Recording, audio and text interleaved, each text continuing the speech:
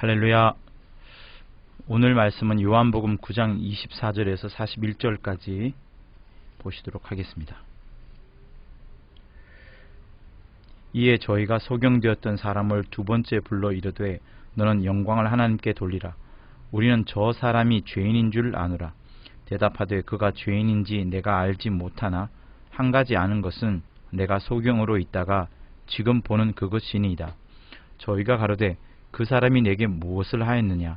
어떻게 내 눈을 뜨게 하였느냐? 대답하되 내가 이미 일렀어도 듣지 아니하고 어찌하여 다시 듣고자 하나이까? 당신들도 그 제자가 되려 하나이까?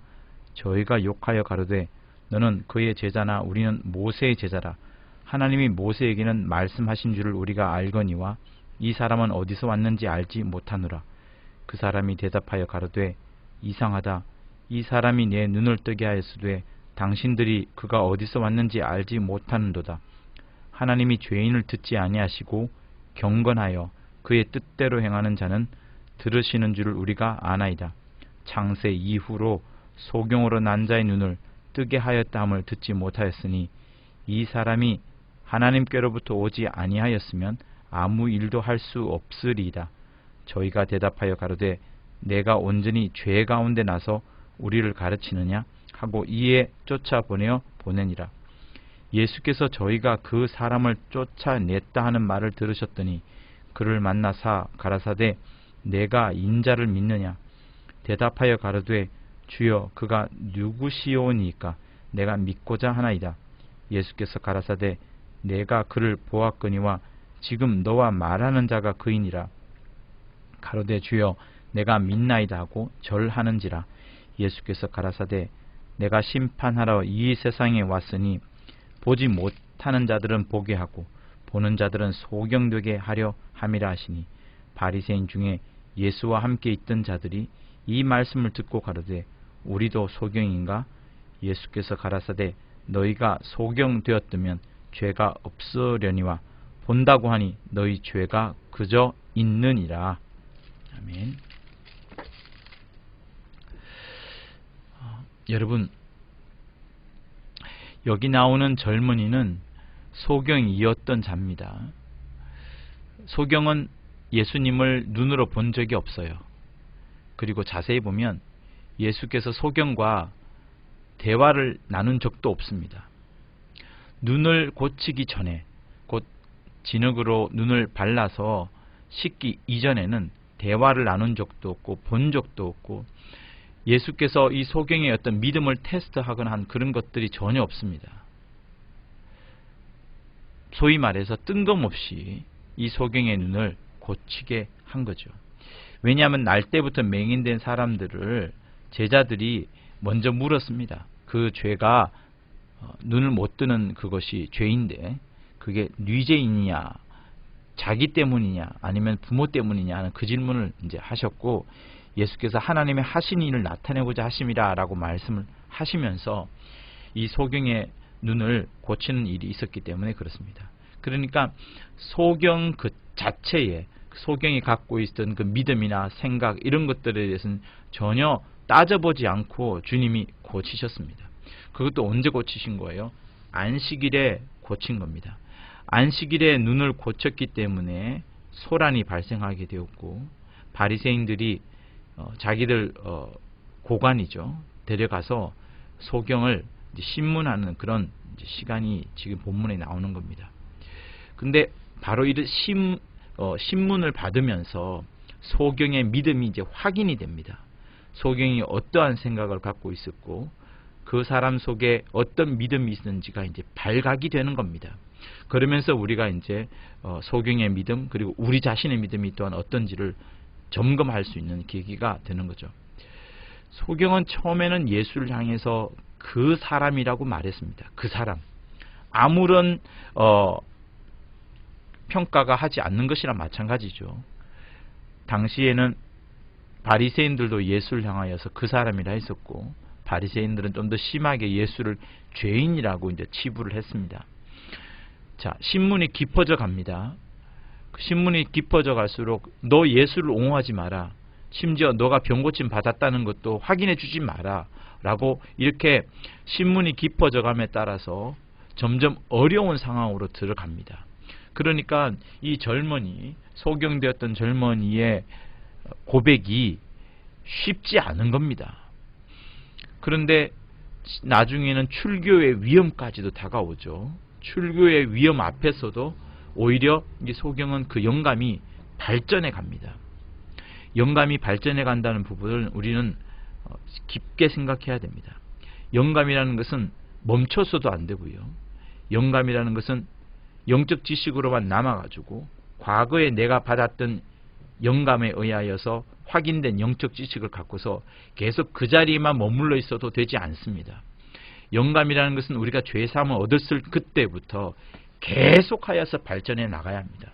다시 말하면 영감이라는 것은 그 뜻이 있는데, 영감의 가장 중요한 의미는 뭐냐면 하나님과의 계속된 관계, 하나님으로부터 지속적으로 계속하여서 받는 그 감각을 말하는 겁니다. 그러니까 영감은 발전해야 된다라는 그 명제가 맞는 것이죠. 자, 그래서 소경이었던 젊은이는 처음에는 예수를 그 사람이라고 하지만 조금 뒤에는 선지자라고 말을 합니다. 바리새인의 신문이 더 깊어질수록 사실 소경이었던 이 젊은이는 자기의 고백이 굉장히 자기를 위험하게 하는 것임에도 불구하고 그의 고백은 위험하게 들어가지만 오히려 예수를 증거하고 예수가 누구인지, 자기가 받은 영감이 얼마나 발전하고 있고 자기가 주님과의 그 교통 속에 있다는 것을 더욱 확인해 주는 그 상태로 들어가게 됩니다. 자, 그래서 그 사람에서 선지자로 이제 발전하는 고백을 하게 되고, 좀 그 이후엔 또 뭐라고 합니까? 경건하여서 그 뜻대로 행하는 자라고 예수를 칭합니다. 곧 예수는 결코 죄인이 아니라는 점을 고백을 하고 매우 경건하며 하나님의 뜻대로 행하는 자라고 또 발전해 갑니다. 점점점 그의 믿음은 발전해 가고 그가 받은 영감은 점점 발전해 갑니다. 마침내 이제 소경이 눈을 뜨게 되지요. 그제서야 소경은 주님을 만나게 되고 주님의 얼굴이 어떻게 생긴지를 확인하게 됩니다. 그때부터 이 사람은 주님의 인도함을 받게 되죠. 주님이 이 사람을 인도하게 된 중요한 이유는 그가 쫓겨남, 곧 거의 출교를 당한 것 같은데, 그 출교를 당한 사실도 있지만 그 출교의 과정 속에 신문을 받으면서 그의 고백이, 그의 믿음이 매우 출중하게 였기 때문에 주님은 그를 찾아가신 겁니다. 주님은 그 사람의 눈을 뜨게 해준 것만으로도 충분한 표적을 행한 것이나 마찬가지입니다. 충분히 주님이 하실 일을 다 한 거나 마찬가지입니다. 그러나 주님은 표적 이후에, 제가 일전에도 여러분들에게 설명을 해드렸다시피 많은 사람들이 표적을 보고서 오해를 합니다. 표적을 갖고서 표적 그 자리에 머무릅니다. 그것이 우리가 표적을 보면서 유념해야 될 부분의 한 가지예요. 표적을 보고서 놀라운 이적과 놀라운 기사를 발견하고서 그것에만 빠져버리면 안 됩니다. 표적은 간판과 같은 거예요. 다시 말하면 성락교회라는 간판이 있으면 그 간판이 성락교회가 아닙니다.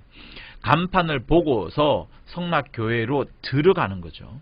표적이라는 것은 간판과 똑같습니다. 다시 말하면 표적을 보고서 그 표적 그 자체에 머물러 버리면 안 되는 거예요. 간판을 보고서 간판 앞에 서 있으면 안 되는 겁니다. 간판을 보고서 그 건물 속으로 들어가야 진짜가 되는 것처럼 표적을 보고서는 아, 예수가 이런 분이시구나, 하나님이 보내신 분이시구나, 우리가 예전부터 기다려왔던 메시아가 이분이 맞구나, 이분 속에서 생명과 영생과 복과 능력과 자비와 사랑과 충만함이 다 이분에게 있구나라는 것을 발견하고서 그 속에 들어가야 되는 것이 중요한 겁니다. 그래서 표적이 있은 다음에 사람들은 오해를 하거나 그 자리에서 멈춥니다. 그것이 두 번째 단계예요. 그런데 주님이 그때 나셔가지고 너희들 멈추지 마라, 그리고 표적에 대해서 오해하지 마라, 여기서 더 나아와서 하나님이 보내신 나에게까지 다가와라 라고 말씀을 하시는 겁니다. 그래서 주님은 이 사람에게 표적을, 눈을 뜨게 해주는 표적을 일으켰지만 그 상태에 머물지 아니하고 정말 믿음의 고백을 하였던, 충실한 믿음을 고백하였던 그 사람에게로 다시 찾아가서 주님에 대해서 설명을 해 주시는 겁니다.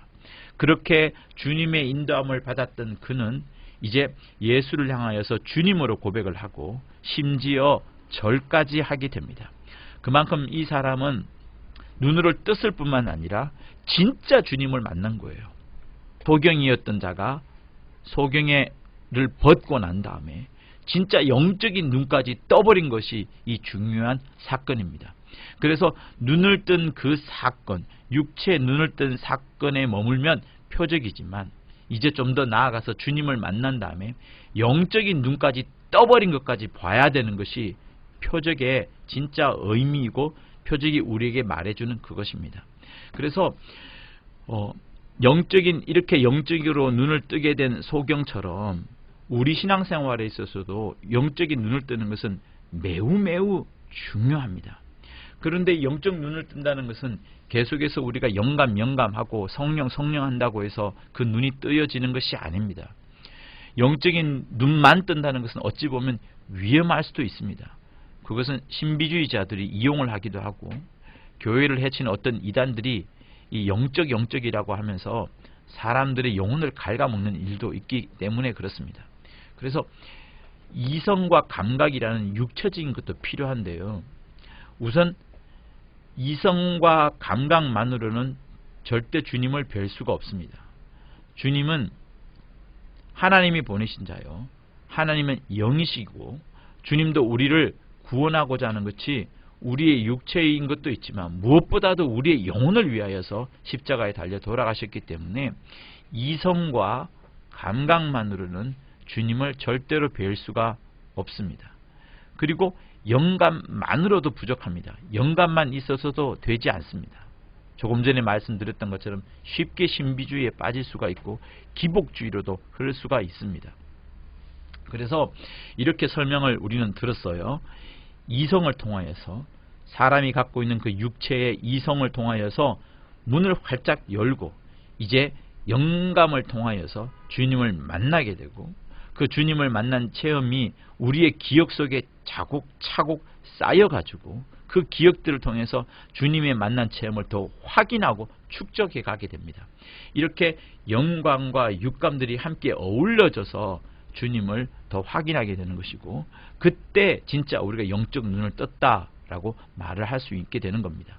소경이 가졌던 간절한 사모함 그리고 충실한 믿음이 이 본문에서 잘 보여집니다. 소경은 바리새인들의 그 삼엄한 신문을 뚫고서 그가 보여주었던 것은 어떠한 그 어려움 속에서도 거짓말하거나 피하거나 속이거나 그런 것이 없었어요.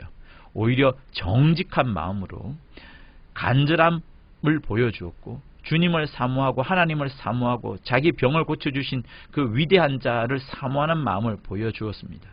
그리고 충실한 믿음을 보여주었어요. 그 간절한 사모함과 충실한 믿음이 그 소경의 영적인 눈을 뜨게 한 겁니다. 영적 눈을 뜨게 하는 것은 이처럼 사람이 갖고 있는 간절한 사모함과 충실한 믿음인 것입니다. 그래서 영적 눈을 뜬다, 영적 눈을 뜨라 할 때 뭔가 갑자기 탁 오르거나 이런 것들을 영감으로 여기거나 아니면 뭔가를 훤하게 보는 능력 이런 것이 아닙니다. 그리고 영적 지식을 쌓는 것도 영적 눈을 뜨는 것이 아닙니다. 누군가가 먼저 자기의 영감으로 하나님의 영적 지식을 얻었을 겁니다. 그 누군가는 우선 그가 갖고 있었던 간절한 사모함과 충실한 믿음이 있었기 때문에 영감으로 눈을 떴었고 영감으로 뜬 눈을 보고서 성경의 여러 영적 지식을 쌓아간 겁니다. 그 영적 지식은 그 사람의 것이에요. 정말 그 사람에게 보여진 하나님의 지식입니다. 그러나 다른 사람도 그 영적 지식을 충분히 공부할 수가 있어요. 우리가 베레아 아카데미를 통해서 많은 영감을 얻는 것처럼 또 영적 지식을 배우는 것처럼. 그러나 그 영적 지식 자체가 영적인 눈을 뜨는 것이 아닙니다. 무엇보다도 정말 중요한 것은 영적인 눈을 뜬다는 것은 이 부분이 중요한데요. 영적인 눈을 뜬다는 것은 영적 실상을 깨닫게 되는 겁니다. 영적 눈을 뜨고 보니 내 눈앞에 어떤 실상이 있는 겁니다. 엄연한 현실, 부인할 수 없는 팩트, 정말 이 부분만큼은 도무지 내가 몰라서나 지금은 확실하게 알게 된 그 영적 실상이 있는 건데, 그 영적 실상을 두 가지를 우리는 배웠어요. 그래서 영적 실상에는 두 가지가 드러납니다. 첫 번째는 뭐라고 말하면 좋을까요? 사람에 관한 것인데, 철저한 죄인이다, 혹은 이제 신학 용어로 total depravity라고 해서 전적 부패라는 그 용어가 있습니다. 그러니까 사람은 아예 처음부터 전적으로 타락했다. 도무지 사람의 힘과 사람의 능력과 사람의 지혜로는 결코 완전해질 수 없다라는 철저한 타락, 철저한 부패에 대한 그 교리, 이론이 있습니다. 그것을 깨닫는 것이 영적 실상의 첫 번째인 거예요. 그래서 이 total depravity를, 전적 타락, 전적 부패를 영적 실상의 첫 번째로 우리가 이제 배웠는데요. 곧 사람은 영적으로 무능력하고 전적으로 타락했다라는 그 이론입니다. 그러니까 거듭나기 전에 아담으로 인하여서 우리 모두가 다 죄의 노예였고 마귀에게 사로잡혀 있었고 진리가 뭔지 아무것도 모르고 그저 스스로를 구하고 자신을 구원하려는 그런 노력들이었는데, 스스로 자신을 구원할 수 없다는 그 확인하는 것이 전적 타락을 말하는 겁니다. 하나님은 아담을 의롭게 죄 없이 지으셨어요. 그러나 아담의 불순종 때문에 그 피를 이어받은 후손이 모두가 다 죄인 되었고, 모두가 다 이제 죄 아래, 사망 아래 놓이게 된 그 상태를 인간의 전적 부패, total depravity, 전적 부패라고 이제 말을 하게 되는 겁니다. 그래서 이 사실이 우리 눈앞에 확실히 보여지는 거예요. 그러니까 영적인 눈을 떴다라는 것은 뭔가를 팍 하고 기억을 하거나 아니면 뭔가 멀리 있는 뭔가를 보이거나 영적 지식 이런 것이 아니라, 제일 먼저는 내가 내 힘으로는 도무지 살아갈 수 없구나. 내 능력, 내 노력, 내 모든 수고는 수고하고 노력하고 엄청난 고생은 하겠지만 그러나 결국 나 자신을 스스로는 구원할 수 없다는 그 확인하는 것이 total depravity, 전적 부패라고 하는 겁니다. 그러니 내 힘으로는 도무지 될 수 없다는 이 확인을 한다면 어떻게 하겠어요? 그러니까 어떻게 됩니까? 자연스레 나를 구원하실 누군가를 찾게 됩니다. 곧 하나님을 찾게 되는 것이고, 하나님 없이는 도무지 살아갈 수 없다는 그 고백이 나오는 것이 영적 실상의 두 가지인 겁니다. 그래서 나는 완전히 안 되는구나, 나는 절망이구나, 내 스스로는 도무지 할 수 없구나, 앞으로도 마찬가지겠구나, 내가 무엇을 하더라도, 내가 어떤 능력을 얻는다 할지라도 영원히 나는 부패했고 타락한 자이니 그때부터, 믿은 그때부터 영원까지 하나님만을 의지함으로써 내가 하나님 덕분에 하나님으로 살아갈 수 있다라는 그 고백을 말하는 것이 영적 실상 두 가지인 겁니다. 그래서 여러분들에게 한 가지 용어를 말씀드리면 호모 닉소르라는 단어가 있어요. 호모는 보통 사람이라고 이제 표현을 하는 라틴어지요. 닉소르는 뭐냐면 의지하다, 기대다, 의존하다, 누구누구 덕분에 살아가다라는 뜻이 닉소르입니다. 호모 닉소르. 다시 말하면 의존하는 인간, 기대는 인간, 의지하는 인간, 누구누구 덕분에 살아가는 인간이라는 용어를 말하는 거예요. 그래서 누군가를 기대고 누군가를 의지하지 않고는 도무지 살 수 없는 인간임을 자각하는 것, 그것을 발견하는 것, 호모 닉소르인 것을 철저히 깨닫는 것이 영적 실상입니다. 그래서 다시 한번 영적 실상 두 가지를 말씀을 드리면, 내가 영적인 눈을 떴다라고 하면서 처음 발견하는 것, 도무지 나는 할 수 없구나, 나는 타락했구나, 나는 완전 부패했구나, 그러므로 나를 살려줄 자인 당신이 필요하니 하나님 당신이 필요합니다 라고 고백을 하면서 나는 절대 의존 인간입니다, 절대 기대는 인간입니다, 절대 당신을 붙잡지 않고는 살 수 없습니다 라는 고백을 하는 것이 호모 닉소르가 되는 겁니다. 그래서 그렇다면 주님은 어떤 자에게 나타나겠어요? 자기 열심, 자기 수고, 자기 부, 자기 명예를 갖고 열심히 살아가는 사람에게 주님은 나타나지 않습니다. 그런 자에게는 오히려 주님은 숨으시고 감추십니다. 오히려 누구에게 나타나느냐? 내가 주님이 필요합니다. 내 혼자 힘으로는 살 수가 없습니다. 나는 전적으로 부패했습니다. 호모 닉소르입니다. 당신 없이는 절대 살아갈 수 없습니다 라고 고백을 하는 죄인에게만 자신을 나타내시는 겁니다. 그래서 주님은 오직 죄인에게만 자신을 나타내신다 라는 것을 잊지 마십시오. 그리고 이 죄인에게만 자신을 나타낸다는 사실에 대해서 또 한 가지 유념할 점이 있습니다. 그것은 뭐냐면 우리가 죄인이라는 고백을 예수 믿기 전에 한 번 하잖아요. 그러나 이 고백은 사실 한 번으로 그치지 않습니다. 왜 우리가 주일날 와서 회개 기도를 하지요? 매주 예배 때마다 회개 기도는 빠지지 않습니다. 죄인임에도 불구하고 또 주님으로 인하여서 칭의를 받았기 때문에 더 이상 죄인이 아니지만 다시 주님 앞에 와서 머리를 조아리고 우리의 죄성과 죄됨과 우리의 욕심을 낱낱이 그 주님 앞에 고백하기 때문에 주일날 그런 시간이 있는 겁니다. 그래서 주님이 자신을 나타내실 때는 오직 죄인에게만 나타내는데 그렇게 주님은 우리에게 빛으로 오세요. 빛을 갖고 옵니다. 세상의 광명이 아니라 하늘의 빛을 갖고 오셔서 죄인을 만나시는 겁니다. 그래서 이 영적 실상 두 가지 영적 실상을 아는 사람은 절대로 내가 영적으로 완성되었다라는 것을 고집하지 않습니다. 영적으로 많은 것을 안다라고 자만하지도 않습니다. 영적으로 만족했다라고 하지도 않습니다. 그리고 회개를 단 한 번으로 끝냈다라고 말하지도 않습니다. 오히려 그런 자에게 주님은 영감을 멈추어 버리시고 영감에 흘러가는 것을 닫아버리십니다. 빛이 되신 주님 앞에 우리는 늘 발견되는 것이 내가 죄인이라는 것, 내가 연약하다는 것, 내가 부족하다는 것, 죄를 짓고자 하는 마음이 늘 발각된다는 것, 이런 것들이 늘 주님 앞에 드러나는 거예요. 그래서 오히려 우리는 주님 앞에 다가갈 때는 나의 죄인됨과 죄성을 드러날 뿐만 아니라 이제 내 안에, 이 부분이 중요해요, 내 안에 은밀하게 감추어져 있는 욕심까지도 드러내야 하는 겁니다. 왜? 이 은밀하게 감춰진 욕심은 장차 죄성으로 계속 눌어붙게 되고 죄를 행악하게 되고 죄인으로서 계속 살아가기 때문에 주님 앞에 나올 때는 죄인됨과 죄성됨을 회개할 뿐만 아니라 은밀하게 감추어진 욕심까지도 드러내고 주님의 빛 앞에 발각시켜야 되는 겁니다. 그렇게 우리의 심령이 간절한 심령이어야만 확실하게 그리스도를 만나게 되는 겁니다.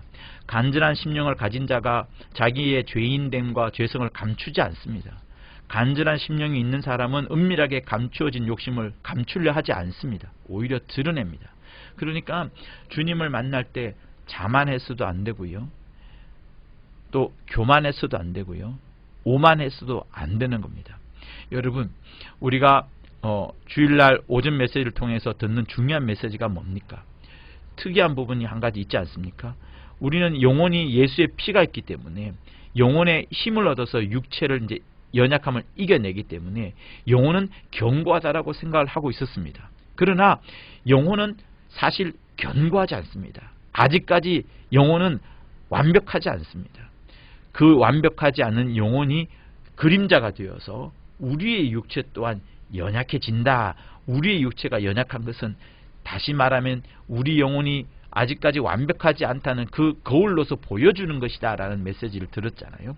그처럼 자만해서도 안 되고 교만해서도 안 되고 자기 영혼이 완벽하다고 생각해서도 되지 않는 겁니다. 그래서 우리는 끝까지 주님을 붙잡아야 되는 것이고 주님 없이는 단 한순간도 살 수 없다는 호보 닉소르가 진짜 맞는 겁니다. 그래서 육신을 가진 우리는 더더욱 not yet enough, 곧 아직까지 충분하지 않다. 아직까지 육신을 가진 우리는 not yet enough, 아직까지 충분하지 않다라는 고백을 해야 되는 겁니다. 그래서 영적 지식도 아직 다 갖춘 것이 아닙니다. 하나님의 의도를 다 안다고 해서 영적 지식이 충만합니까?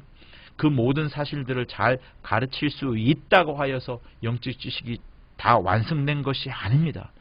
조금 전에도 말씀을 드렸다시피 영적 지식보다도 더 중요한 것이 영적인 감각이고 영적 실상을 갖고서 영적인 눈을 뜨고서 계속 하나님과 교제하는 것이라고 했어요.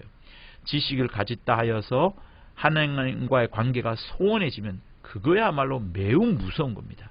자기는 배가 부르고 자기는 많이 안다라고 하지만 하나님과 더 이상 교통이 없기 때문에 그 사람은 사실 중요한 하나님으로부터의 피, 하나님으로부터의 영양분을 공급받지 못하고 있는 겁니다. 그래서 영혼의 관계가 끊임없이 지속적으로 하나님 아버지와 연결되는 것이 매우 필요한 겁니다. 이를 잘 깨닫지 못하면 어떻게 돼요? 은혜로 오신 주께서 오히려 심판의 주가 되실 수가 있습니다. 주님은 분명히 내가 너희를 심판하러 온 것이 아니라 구원하러 왔노라 라고 말씀을 하셨어요. 그런데 오늘 이 본문에는 특이하게도 39절에 이런 말씀이 있죠. 예수께서 가라사대 내가 심판하러 이 세상에 왔으니 39절에서는 심판하러 오셨다고 말씀을 합니다. 심판하러. 그러나 다른 성경은 그렇게 말하지 않아요. 다른 성경은 다른 말을 합니다. 특히 요한복음 12장에 그 말씀이 잘 나와요. 사람이 내 말을 듣고 지키지 아니할지라도 내가 저를 심판하지 아니하노라. 내가 온 것은 세상을 심판하려 함이 아니요 세상을 구원하려 함이로라. 47절로 끝나지 않습니다. 더 이어집니다. 나를 저버리고 내 말을 받지 아니하는 자를 심판할 이가 있으니 곧 당신은 심판하지 않는다는 겁니다. 곧 나의 한 그 말이 당신의 말씀이 마지막 날에 저를 심판하리라 이렇게 말씀합니다. 주님은 끝까지 강조하시는 거예요. 심판하러 온 것이 아니다. 세상을 구원하러 왔다. 그런데 심판할 자가 있다. 나의 말이 저를 심판할 것이다. 이렇게 말씀을 합니다. 그리고 오늘 이 본문에서는 오히려 더 노골적으로 내가 심판하러 이 세상에 왔다라고 말씀을 하시는 거예요. 그것은 무엇인가 하면 주님은 철저히 우리에게 은혜라는 얼굴을 갖고서 자비와 사랑이라는 얼굴을 갖고서 우리에게 다가오셨습니다. 당신의 목숨까지 던질 정도로 은혜의 주로서 오셨어요. 그러나 그 은혜의 주로 오신 것을 우리가 거부를 하게 되면 우리 스스로가 거부했기 때문에 당연히 그 다음 순서인 심판을 받을 수밖에 없게 되는 겁니다. 그래서 우리가 처음 시작할 때 영적인 눈을 뜨자. 그래서 영적 지식으로도 안 된다. 영혼의 귀한 하나님과의 관계가 필요하다. 영과의 관계가 잘 지속되지 않으면은 이 은혜의 주가 심판의 주로 됐을 수 있다라는까지 우리는 배우게 된 겁니다. 그래서 당신은 예수께서는 구원자이시지만 우리의 잘못된 선택으로 인하여서 심판자가 되어 버리시는 겁니다. 본문에는 또 이와 비슷한 말씀을 또 한 번 하셨죠. 너희가 소경되었다면 죄가 없으려니와 본다고 하니 너희 죄가 그저 있느니라. 다시 말하면 그저 있는 죄를 그대로 두게 되면 심판을 받게 되는 겁니다. 우리가 주님 앞에 걸음으로 나아와서 내 죄가 그저 있도록 하는 것이 아니라 주님께로 옮겨야 되고 주님이 짊어지신 내 죄가 십자가에 달려서 철저하게 죽음으로 인하여서 내가 은혜의 주를 만나게 되고 은혜의 주의 날개 아래서 거하게 되는 겁니다. 그래서 심판의 주를 피하려고 하는 그런 소극적인 자세가 아니라 정말 은혜의 주를 더 웰컴하고 더 환영하고 더 받아들이고 더 내 심령 속에 뿌리 깊게 내릴 수 있도록 우리 영혼의 관계가 더 열등하게 하나님과의 지속적으로 잘 이어질 수 있도록 하는 것이 매우 필요합니다. 그래서 본문에 있던 그 소경은 주님을 만나면서 영적인 눈까지 이제 더 뜨게 된 겁니다. 그리고 영감은 점점점 발전하게 되어가는 거죠. 처음에 그 사람에게서 선지자로 발전하다가 그 다음에 경건하여 하나님의 뜻대로 행하는 자로 고백되어지다가 마침내 주님으로 그리고 풍성한 영적인 지식을 공급해주고 그를 인도하여 주시는 영원한 인도자가 또한 되어가시는 그 영감까지 발전하게 되는 겁니다. 반면에 바리새인들은 어떻습니까? 그들은 이미 눈을 떴고 본인들이 소경이라 생각하지 않지만 오히려 주님은 그들이야말로 영적 소경이 된 것이고 결국 영적 소경이 됨으로 파멸을 초래하게 되었다라는 것을 우리는 알게 되는 겁니다. 주님은 우리를 이 세상과 이 세상의 더러운 죄로부터 우리를 건지려 하십니다. 우리를 그렇게 건지셨고 지금도 세상과 세상의 더러운 죄로부터 우리를 건지시려고 하는 겁니다. 우리의 싸움은 끝나지 않았습니다. 세상과의 싸움은 지속되고 세상의 더러운 죄와의 싸움도 피 흘리기까지 투쟁하라. 피 흘리까지 너희가 싸우지 아니하였고 라고 히브리에서 말씀하시는 것처럼 우리의 세상과의 더러운 죄와의 싸움은 아직 끝나지 아니하였습니다. 그래서 우리는 더욱더 영감으로 더욱더 영적인 눈을 떠야 되는 것이 필요합니다. 영적인 소경은 파멸을 부를 수밖에 없고, 영적 소경이 된 바리새인들은 세상과 세상의 더러운 죄로부터 구별되려고 하는 마음이 없습니다.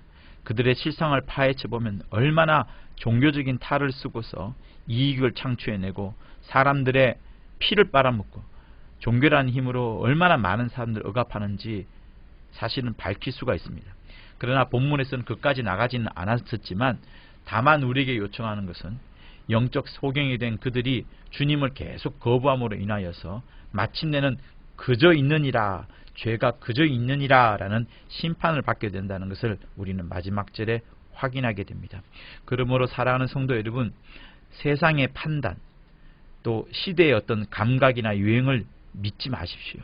많은 사람들이, 많은 젊은이들이 그것을 믿고 따라가는 것을 많이 보게 됩니다. 우리의 자녀들 또 우리 친구들을 바라볼 때 세상의 판단에 휩쓸려서 물건을 사고 또 어떤 유행을 쫓고 또 그것을 하지 않으면 도무지 견디지 못하는 그 많은 것들을 바라봅니다. 우리는 어떤가요? 그런 세상의 판단과 시대의 감각을 초월하여 사는 겁니다. 그래서 그 세상의 판단과 시대의 감각을 믿는 우리가 아니라 오히려 우리는 하나님의 아들을 믿는 거예요. 세상을 이겨내고 죄를 도말하시고 그 더러운 오염된 부패된 세상에 빛으로 오신 그 아들을 우리는 믿는 겁니다. 세상에 휩쓸려 살아가는 자가 아니라 하나님의 아들을 믿으면서 하나님의 기뻐하시는 성도로서 우리는 살아가는 겁니다. 소경은 자신이 받은 은혜와 그 영감을 그대로 증거했어요. 그냥 나가서 전도한 수준이 아닙니다. 그 삼엄한 신문의 현장에서 바리새인들의 지혜와 지식과 율법 얼마나 그들이 알고 있습니까? 그들은 예루살렘의 지도자들입니다. 그러나 그 삼엄한 것을 뚫고서 마치 예수와 함께 예수처럼 자기가 받았던 그 영감과 은혜를 그대로 말함으로써 그것을 뚫고 나간 사람인 것입니다.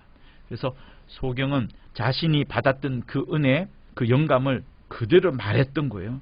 그것이 최고의 전도가 됩니다. 그래서 여러분, 우리 믿는 자들이 해야 되는 것이 신도림역에 나가서 전도하는 것도 필요하지만 그 무엇보다도 매일매일 우리의 삶 속에서 잊지 말아야 되는 것은 나의 믿음이 어디 있느냐, 하나님의 아들에 있느냐, 아니면 세상의 판단에 있느냐, 시대 감각에 있느냐, 아니면 내가 주님으로 받은 은혜가 너무나도 크기 때문에 그 은혜를 말하지 않을 수 없고 영적 눈을 떠서 알게 된 그 영감을 다른 사람에게 소개하지는 않을 수 없고, 그렇게 하면서 예수를 증거할 때에 주님은 과연 너가 진짜 믿는 자이구나 라고 인쳐주시고 우리 역시도 그 참된 고백이 확실하다는 것을 자신있게 말함으로 인해서 어떤 위경에서도 이 소경이 바리새인들 앞에서 담대하게 말했던 것처럼 어떤 위경에서도 강력한 증거자가 될 수 있는 겁니다.